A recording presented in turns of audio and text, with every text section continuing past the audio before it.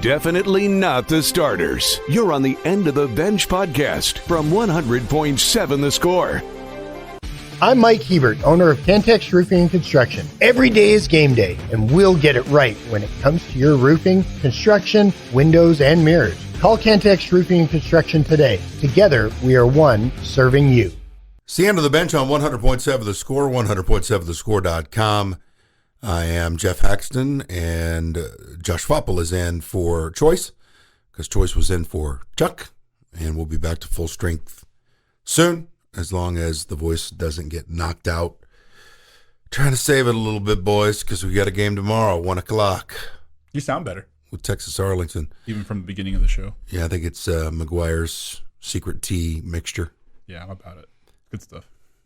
It's got, vitamins... Yeah, Tang. Tang and clove were the ones that I caught a lot, but there's cinnamon because it doesn't dissolve in water, and quite a bit. He listed a lot of ingredients.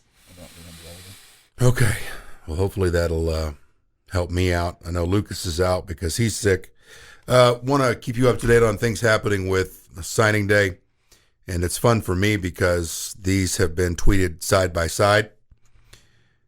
For Texas Tech, the number one long snapper in the country is Rylan Vagana out of the state of California, Huntington Beach, and then right after him, the nation's second leading punter in 2023 is Jack Burgess. So you go from long snapper on your Twitter timeline to punter. So we got everything covered. Got a good kicker coming back, and Gino Garcia. Special teams a massive part of college football, and they're getting that taken care of here today. And again, Micah Hudson has signed. I know there was some worry this morning before we got on the air. No need to worry. He is it. And, you know, it's with Micah Hudson, I mean, what would you say on this Texas Tech football team this year was missing most? And I think, you know, any answer is going to be fine because there was quite a bit that was missing. But what would you say, Josh, was missing the most? Explosive plays are probably going to be what I would put as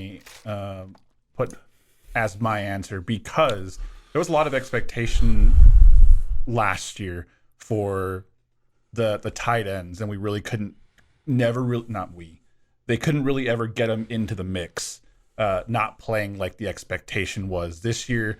The offensive line was going to be better. The wide receiver room was going to be better. And you just, especially with like White and they never really got up to snuff, kind of where what we were talking them up to at the beginning of the season. It was the explosive plays. You got some possessions. You were able fall to the ground kind of stuff, but there was never really caught for 10, taken to the house kind of plays.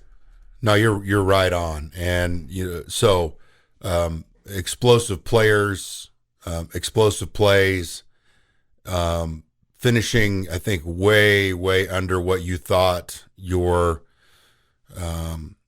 big play capability would be, and that goes to quarterback injury. It goes to Baylor Cupp. I don't think he was healthy pretty much all year long.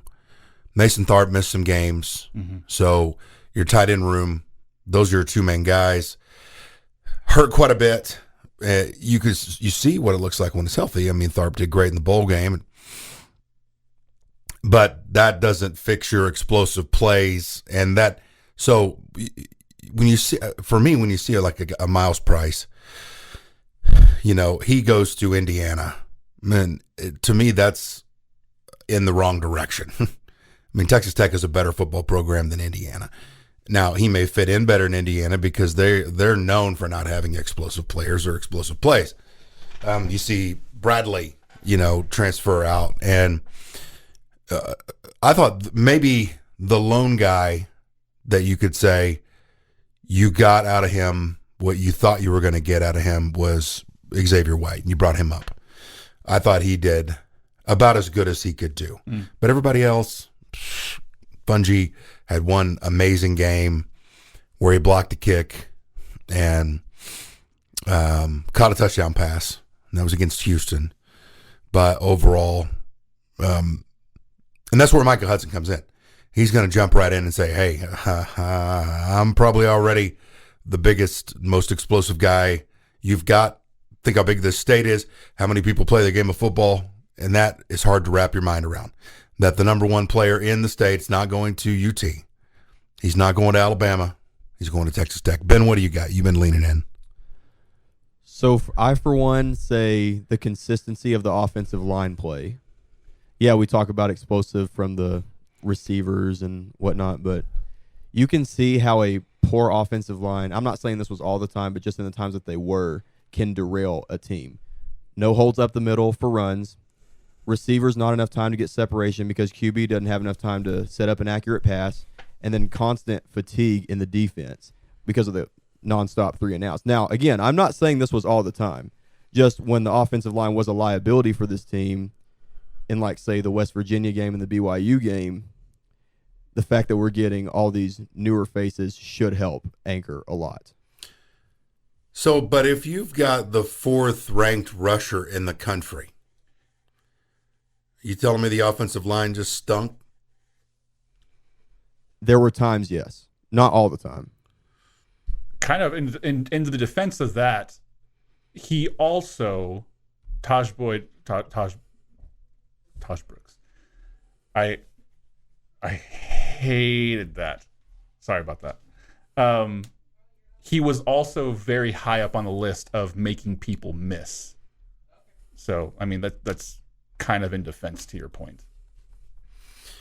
Yeah, wasn't he number one in missed tackles or making people? I don't know how they track all that. If it wasn't number one, it was very high up on the list. I don't remember the number or the ranking. But so I did this with my son when he was frustrated about results for Texas Tech. I was like, all right, and I did this with Oklahoma State too, because those are the 2 teams that we watch the most. And the 2 teams that he can get frustrated about. I was like, okay, let's take it as a unit. Let's peel this orange here. What would you grade the offensive line? What would you put? I mean, let's just do it in a class. A, B, C, D, E, F. Okay. If I had to, I mean, I wouldn't say they did great, but even just given Taj his success and his ability to run, they did decent. At least decent in run protection, and were able to get him off the line far enough. So you can't go too far like DF kind of stuff. So if I wouldn't give him a B, I'd give him a C. I'll give them the benefit of the doubt too. I'll say C. Wide receiver as a unit. Because of the expectations, not necessarily because of the output, I'd probably give that a C also. I'm in the C to D range as well because the expectations for this position group, like you said, were exponentially higher than what we saw. Quarterback room. Given where we were, I'd probably give it a B. B. And then, of course, I think you're probably going A plus with running, yeah. With your running back because of what Taj did. So, I mean, you start averaging all that out, you're like, man, you're lucky to win 7 games. I think the area that needs maybe not needs attention because of injuries and stuff, but that we didn't talk about was getting pressure on the quarterback. Because other than probably a couple of games, there wasn't a ton of that throughout the season. Yeah, you had guys that would step into holes and plug holes, but as far as getting heat on quarterbacks, that was a struggle. We'll have the highs and lows coming up. Keep your thoughts coming to the Yates Flooring Center chat line here on 100.7 The Score. Definitely not the starters. You're on the End of the Bench podcast from 100.7 The Score. 100.7 The Score, 100.7thescore.com for the highs and lows here on a Wednesday. We are live at the First United Bank studio. Visual Edge IT hotline is 806-771-0973. A Hax, Faupel, and Poorman edition of the program as we have done the holiday rinse and repeat and see what you can get done. That's what we've got for you today. And I've already missed a lot on the chat line, but I promise I will get back to that. It is National Signing Day. Toga, toga, toga, toga. Will Hammond in, Micah Hudson in, punter, long snapper, guys with offers all over the country. Transfer from Florida, wide receiver, transfer from Arizona State, Conyers. tight end that can also run the Wildcat. We've seen him do that before. So he's an athletic guy, West Texas guy. Things looking really good on National Signing Day, and excited about that. And there will be a press conference, and you can watch it on ESPN Plus at 12:30 with Joey McGuire, and he'll go over everything. By the way, everybody in the country had their best signing class ever today. Oh. You will hear that from every coach. I see what you mean. Yeah, okay. Every coach. Yeah, we love, and then, just keep that in mind that not every class is the best class. And, just buy the hype at your caution, because I did it last summer, and that was not good. Although, again, you end up with a winning season, and you've won 3 straight balls. So, that's good. Just got Case and Long from Shallow Water. So, recruiting the area well, that's always a good thing. High school fan zone tonight, 100.7 The Score, 6 o'clock. Cowboys Crosstalk, 7 o'clock, Double T 97.3. And then late into the night, Lady Raider basketball, Oregon State. 11 o'clock is when Fink will be on the air with that. And you can listen on both 107.7 ESFM and 100.7 The Score. And tomorrow, myself and Clark Lambert will be on the air at high noon as Texas Tech will take on UT Arlington, a team that we saw that's not too bad. Not bad at all. They've got some pieces. They beat Air Force over at that Coast to Coast Classic right before Texas Tech beat Vanderbilt, and then TCU hammered Arizona State. This league is absolutely filthy. It's going to be hard to negotiate, but hopefully we can do it. We got to stay healthy. We've already had our one bad injury. Let's just leave it at that. Basketball coming up tonight. Diablos! Number 1! Yeah! Alabama, Arizona, Villanova, Creighton, Jackson State, Gonzaga. Yeah, no, that one not very exciting. But Gonzaga's ranked way up there, so we got top 25 action. Oklahoma, North Carolina, 8 o'clock on ESPN. For me, that'll be must watch, because I texted my friend Toby Rowland. He's the play-by-play voice for the Sooners. Oh. I said, hey, are you guys legit? Because they're undefeated. He said, talk to me after Wednesday when we play North Carolina. So I will be watching to see if they are legit. Connecticut, ranked 5th. They play Seton Hall. And then another one that's just a great matchup. 6 o'clock, Duke and Baylor coming up. The football was good last night, too. Marshall, UTSA was an okay game. The Thursday NFL game is Saints at Rams. Not to get too far ahead of myself, but I did anyway. You got anything? Sure. Give me a high. Coming up on the last 3 weeks of NFL football, regular season at least. We're going to talk some NFL too. Yeah, so it just means for good football. We're coming up on securing playoff spots. Teams are going to be playing for their rights to postseason, and that's nice and fun. Give me a down. A low. You know what's not cool, Bobby? Hell. That's a good one. I'm a Packers fan, and it's been a fun season. Give me a high.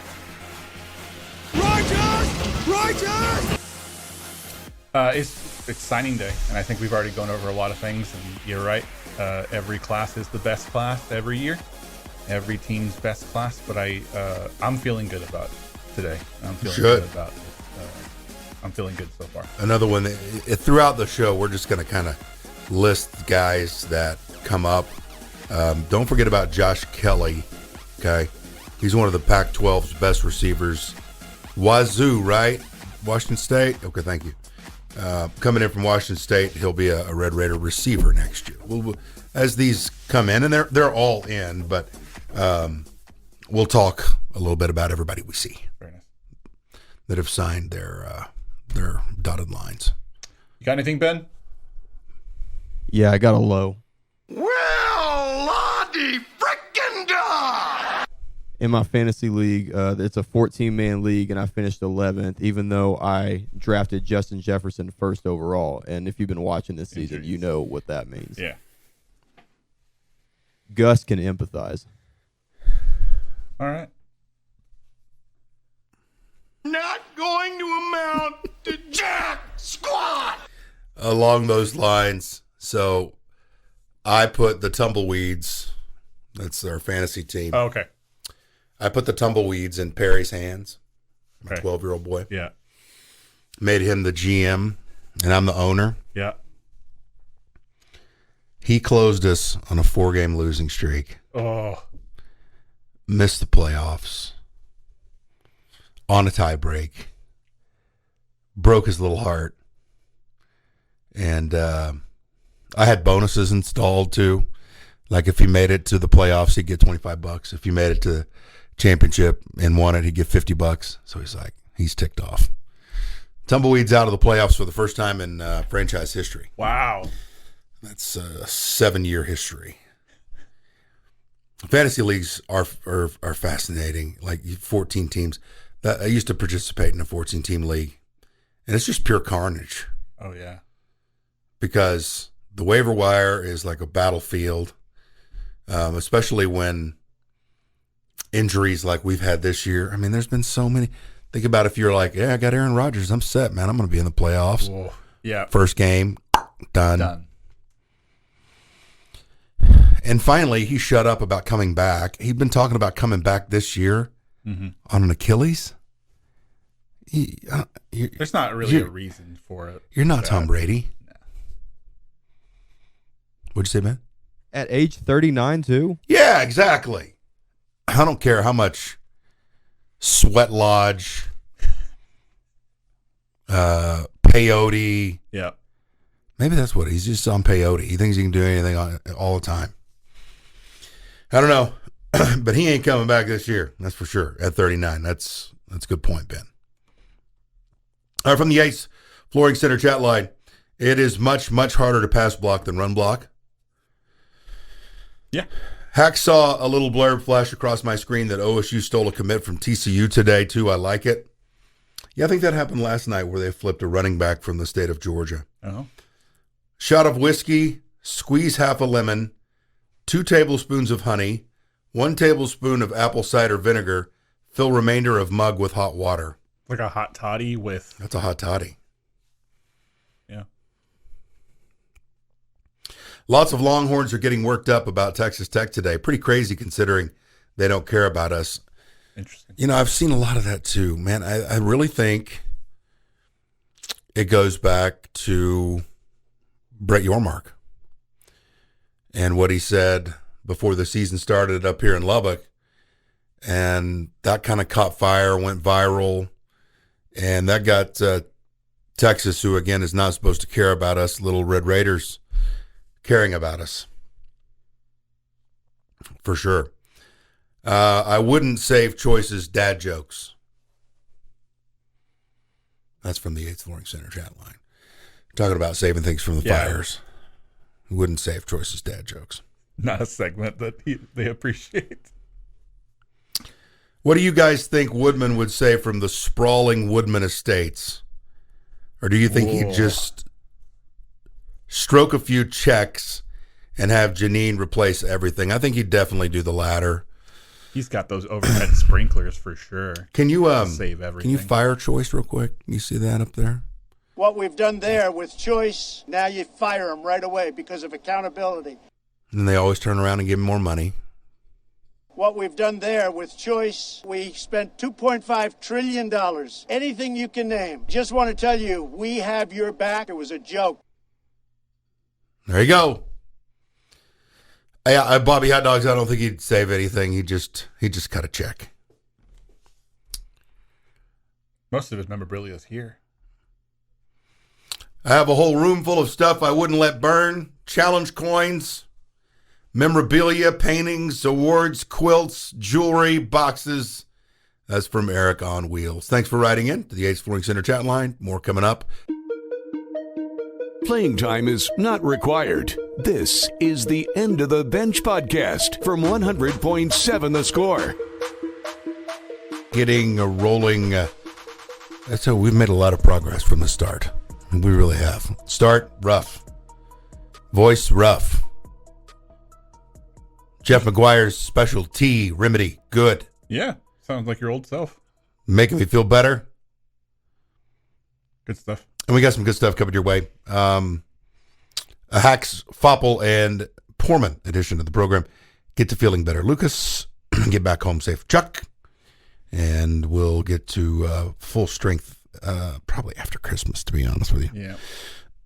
Because I'll be in there 24 hours from now setting up for a noon airtime with Texas Tech and UT Arlington. We get to see the Red Raiders play one more time before Christmas. I'm excited about that to see how they look against UTA because UTA's got a decent team.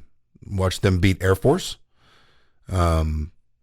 They went back and forth in that game, but ended up distancing themselves a little bit. The Mavericks won against the Air Force Academy. That'll be a 1 o'clock ball in the air tomorrow, hopefully to get your Christmas ball rolling. And tomorrow we have also Liberty Girls against Idalou, Liberty Boys against Idalou, Boca Raton Bowl at 6:30, Saints and Rams at 6:30. All that happening here on either 100.7 The Score or 107.7 Yes FM or Double T 97.3. It is National Signing Day. It is also lunch hour, so go for it, Ben. Sucking on a chili dog, sucking on a chili dog, sucking on a chili dog, sucking on a chili dog, chili dog, sucking on a chili dog, sucking on a dog, sucking on a chili dog, sucking on chili dog.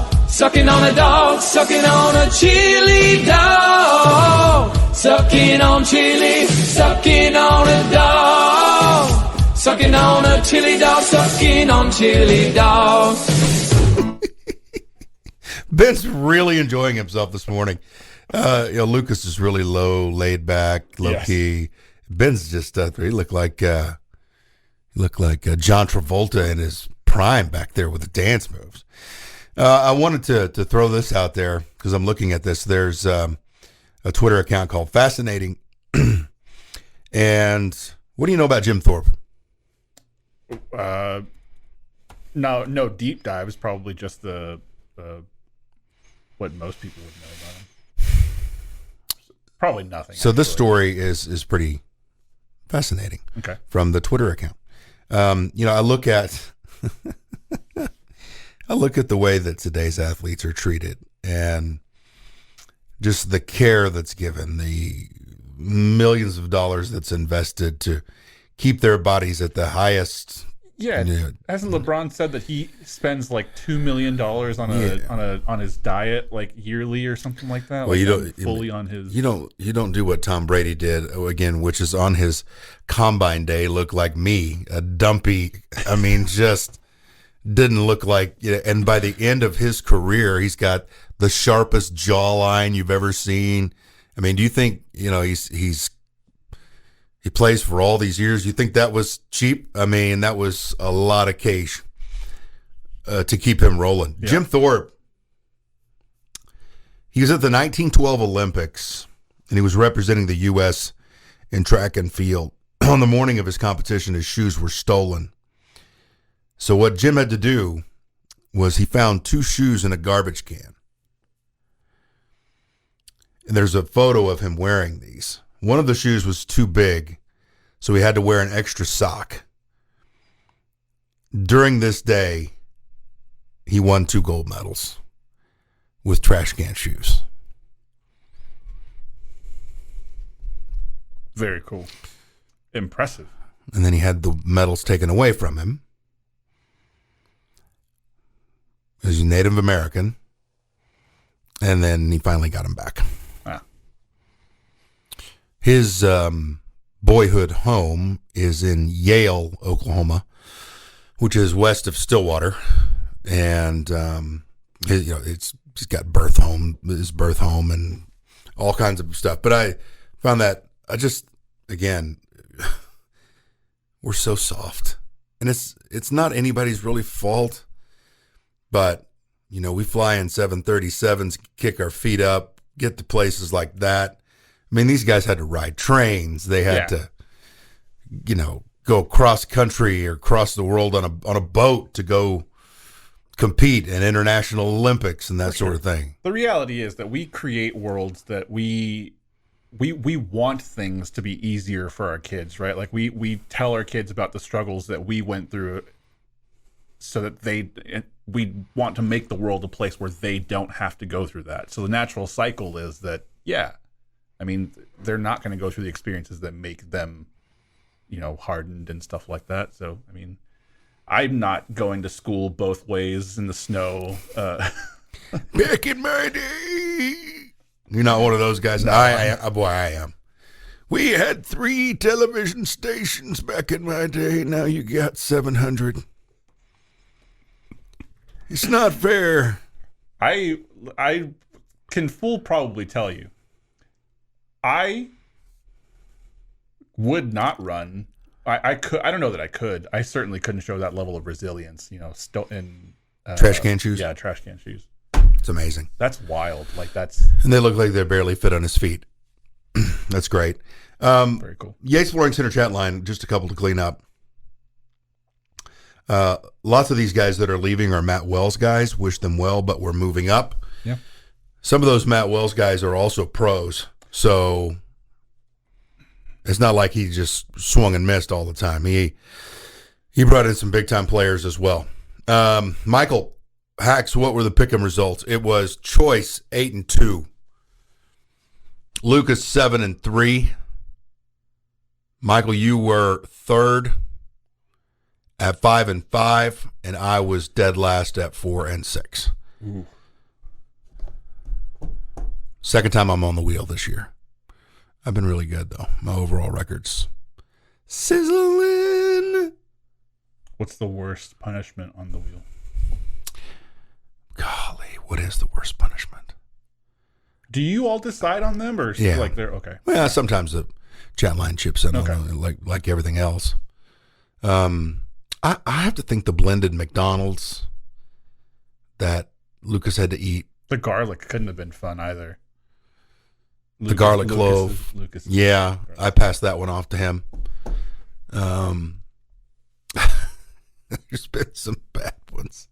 So, Joyce is going to finish dead last, which means he's got to drive to post. Have you heard about this? No, I haven't. Okay.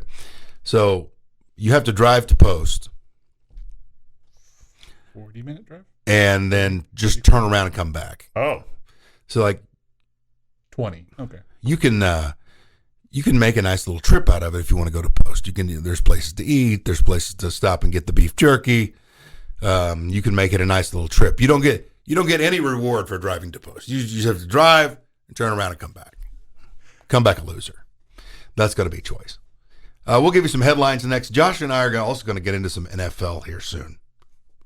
On 100.7 The Score. Playing time is not required. This is the End of the Bench podcast from 100.7 The Score.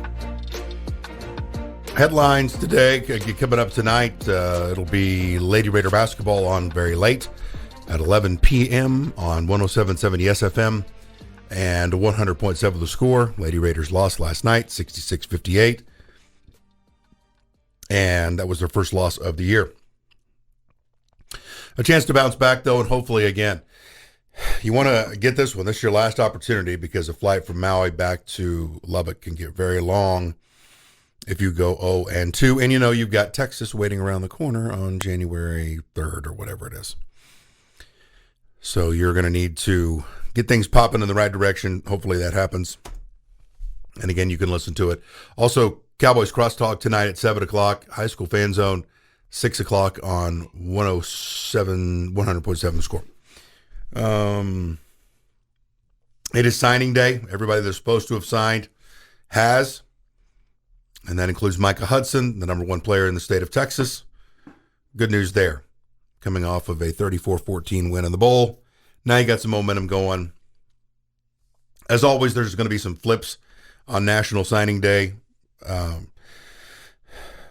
guy that was committed to Ohio State, 4-star wide receiver recruit Jeremiah McClellan, flips to Oregon. Dylan Raiola, who was committed to Georgia, is going to try and save the Nebraska program. No pressure, as he's going up there and following in his father's footsteps. Also, I can't remember what school, but Dylan Raiola's big sister played Big 12 volleyball. Trying to think of which school it was. So, the athletic family, because she was pretty darn good at her sport as well. Tonight, college basketball, Duke and Baylor. UConn at Seton Hall. The big one for me is North Carolina, Oklahoma, 8 o'clock. Villanova and Creighton. See if Villanova can get it going. And they are 7-4. Creighton's ranked 12th. That'll be in Omaha. And then Arizona and Alabama play tonight. Arizona is ranked 4th. This league's going to be ridiculous in basketball next year. Golly. You better you better make moves, or you could get left behind. Whoa. Speaking of left behind. Getting some surging here in the studio. We still on? Yep. See people running around. Very nice. All right. Let's get Josh Faupel's power index for the NFL. I've been waiting to hear this today. What do you got? Fantastic. So I don't think I don't think anybody's surprised about what my number one would be. If you had to take a guess. Who'd 49ers. Yeah, for sure. 49ers. Second, I have Baltimore Ravens. Ooh. We can talk See, about I had them the up there at third, too. I'm glad you did. We can talk about the list, but I'll just go through it real quick. So 49ers, I have the Ravens. I have Miami at number 3. And then Kansas City. And then I wanted to put the Eagles and the Lions up there, but I wasn't sure which one more so to do. And so I put the Bills in there at number 5. That's probably speaking purely from a ranking of teams with no playoff implications, because it's not even sure that the Bills will make the playoffs. Like, there's a chance they won't. So I'm just listing things based on pure power rankings as the season stands today. So go through it again, 1 through 5. Yeah. 49ers. Ravens. Then I have Miami, Chiefs, and Bills. Where's the Cowboys, man? The way that they let the Bills run over them, you get 1, 2 gimme games. 3 is pushing it. And the Cowboys have really shown that on the road, they are not the team that they are at home. You could say that for most teams, but the degree to which that applies to the Cowboys is not great. If it's the plush Jerry world where it's 72 degrees inside and their home fans are there making them go crazy and wild, then the Cowboys are probably going to win by about 15 points. But I don't want to say this as a definitive term. Okay. But last week I had the Bills winning by 14 or more. Wow. Yeah, I said I do think these guys have some poser in them. Yeah. It's not their complete identity, because if you have to go to Arlington to play these guys, it's probably going to be a long day for you. But if you go out in the elements and you go all the way up there to Buffalo, things can change real quick. Yeah, I agree. I think the Cowboys are a real team. I don't think there's, like you said, they have some poser in them. Is probably a good way to describe it. But the drop off between who they are at home and who they are on the road is just, it's way too big for me to elevate them more than they probably deserve. They're good. Don't get me wrong.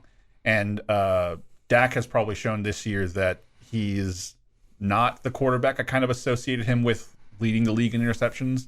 Those numbers are a lot better this year. Yeah. The quarterback rating is a lot better this year. Mm-hmm.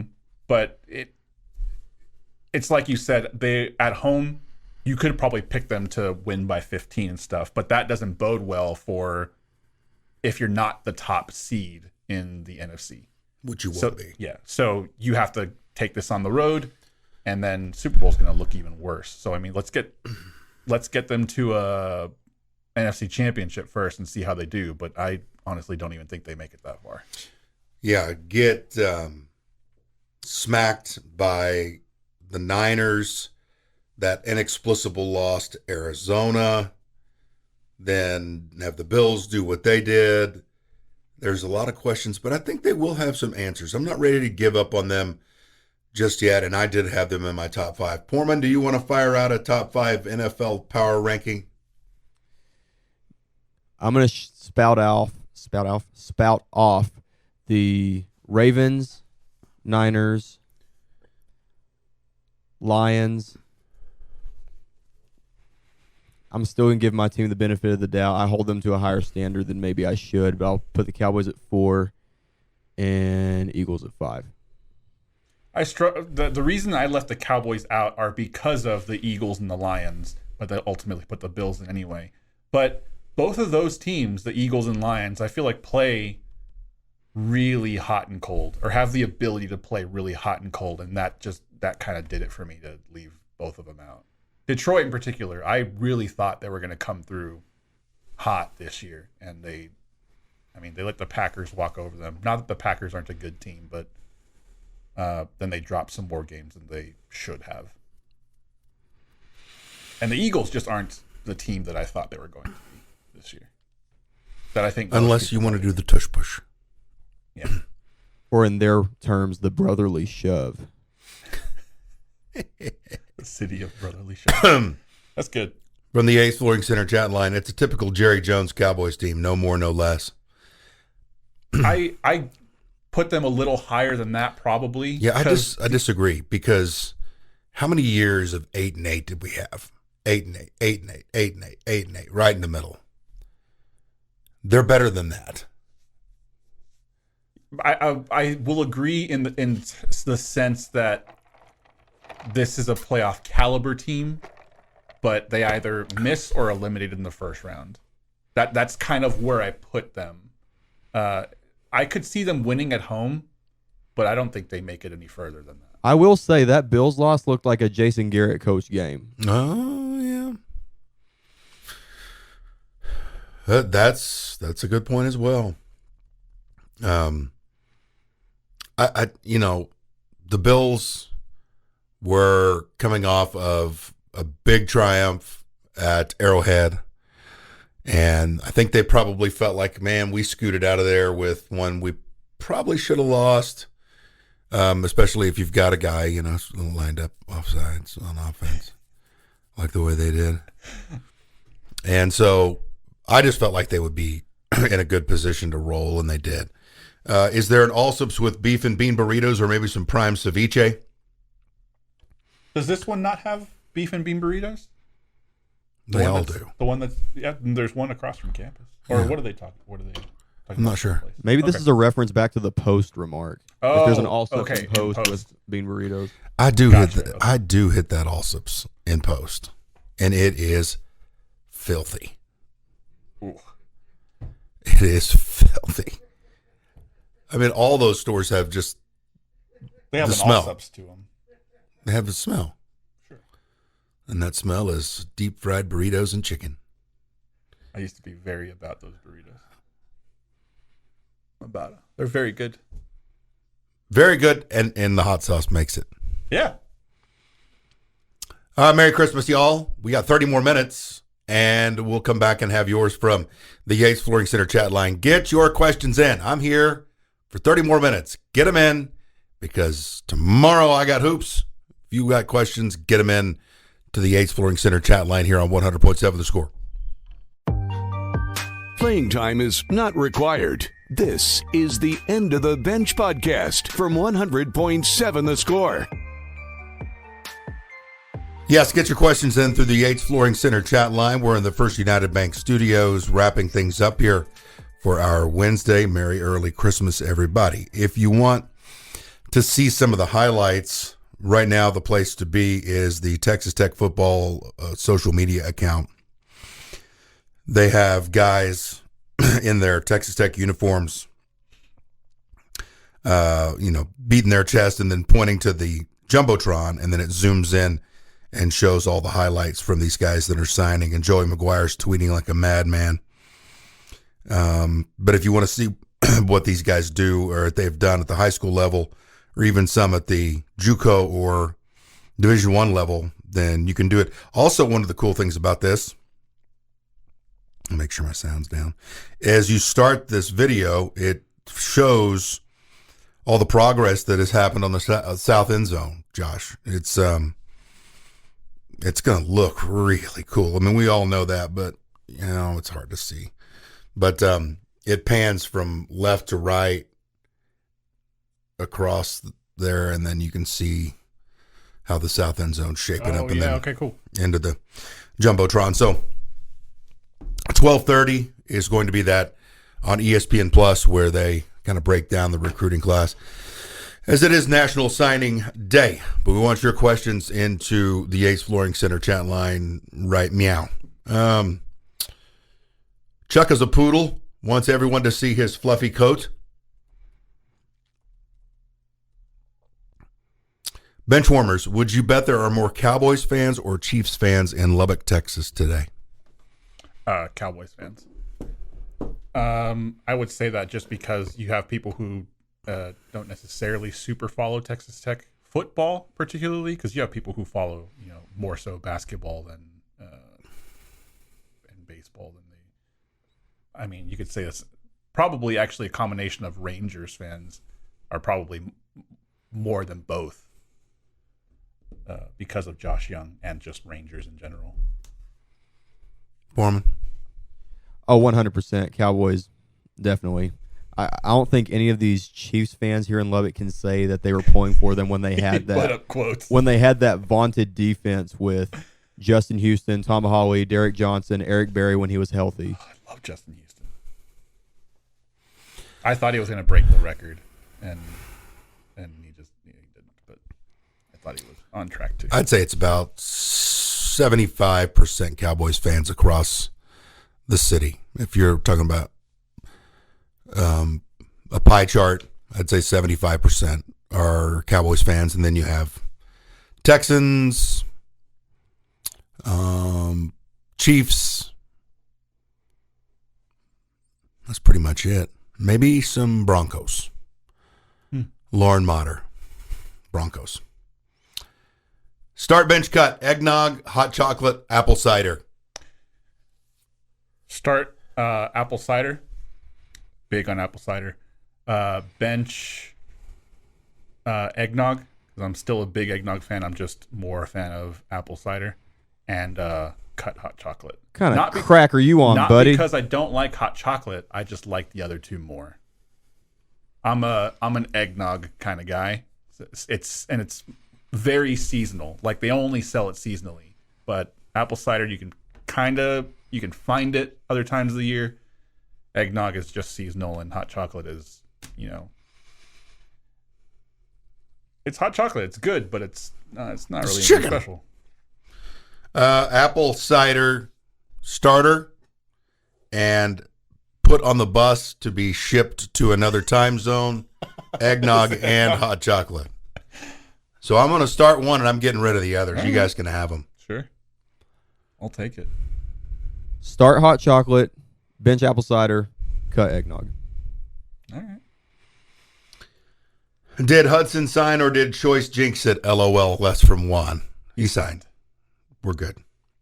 He actually signed right after Choice made all those people nervous. It was like the tweet went out very close to after that, all of that happening. I'll give this my partner this. He's got timing. I don't know if it's good timing, bad timing, but he's got timing. Certainly. Kind of did the same thing with I don't remember if it was against Houston or if it was against or if it was World Series, but he made some people nervous with with something he said as well. Have you heard about the Jeff Bannister story, Ben? I have not. Choice is on the air one day saying, just doing a regular show, says there's no way they're going to fire Bannister. 5 minutes later, the statement came out that they had fired Jeff Bannister. And he was being serious. He was like, there's no way they're going to fire him. There's no way they're going to cut him loose. Gone. Perfect. Derek Thomas was one of my favorite players. Been a Chiefs fan for a while. Always been a Thomas was Cowboys fan. Yeah. It's fun to watch him play. He played forever, too. He was a great linebacker. Now, like myself and most of these Chiefs fans, we are not Chiefs fans. We are Mahomes fans. Yeah. That makes sense. Yeah. And you know what? Fair enough. I mean, you probably did the same with, now I'm blanking on names. The two receivers that were in. Crabtree? Well, Crabtree actually wasn't Grant? what I was thinking of. No, but wasn't Wes Welker and Danny Amendola? Yeah. I mean, I probably had the same situation there. QB's just more prominent, so of course you're going to have some of those. But. Can't forget Choice breaking the news of Chris Beard's engagement. Yes, that's another thing that was supposed to be private that Choice knew of and broke the news on 100.7 The Score. What if there's whiskey in the cider? It's a good Metallica cover, Whiskey in the Jar. Dun, ba, ba. I'm a fan of spiked anything, yeah. I don't think I've ever seen spiked hot chocolate. I'm sure it exists. I've just never seen it. Need to put some what is that? The peppermint stuff. Schnapps. Oh, okay. Try some schnapps in there. That'd be a good one. Who cares about Chris Beard's privacy? Yes. Now, good point. Choice sucks. Oh. We've already fired him twice today. We can't fire him again. What we've done there with Choice, now you fire him right away because of accountability. Or we can. I think the second one was only the money one, not we didn't fire him the second time, I don't think. That's true. So there's the second firing. Okay, here to wrap things up, since it is National Signing Day. Sure. Recent just put out rankings, and I talked about this a little bit earlier. Those UCF boys. So, future Big 12 class rankings as it stands. This is from Ben Golan. He put it together, so I need to give him credit. Texas Tech 23, UCF 30, TCU 36, West Virginia 42, Arizona State 43, Arizona 47, Kansas 49, Cincinnati 50, Iowa State 50 also, so tied there. BYU 53, Oklahoma State 56, Utah 57. A little bit surprising there. I see Poorman's eyes got big on that one. Kansas State 60, Colorado 65. Deion Hype Train slowing down a little bit when it comes to numbers. Baylor 71 and Houston 94, which is, again, why I was a little bit shocked that Level had them in the top tier when it came to Big 12 jobs. But there's no doubt that Texas Tech has done a terrific job. Now you have to again, get to the prove it level. That's where I'm going to be at as we get through basketball, baseball, start to make the turn into the summer months. That's where I'm going to be, prove it level. And where I'm going to be, again, is hopefully burying the ghost of quarterback health past, because that sucker has been quite active. And I'm thinking with the destruction of the old football building, the ghost will be buried under there. We can hope so. There's one question on the chat line. Who has the best chance to start except for Micah Hudson? You don't want that answer to be quarterback. You don't want to go so far down the depth chart that you need to bring someone up or take someone into the red shirt. All right, that's going to wrap things up for us. Thanks for listening to our patchwork into the bench. My voice made it somehow, some way. Thanks to Josh and Ben. Bottom line coming up. This has been the End of the Bench podcast from 100.7 The Score. Go to 107thescore.com for more from the Double T Sports Network.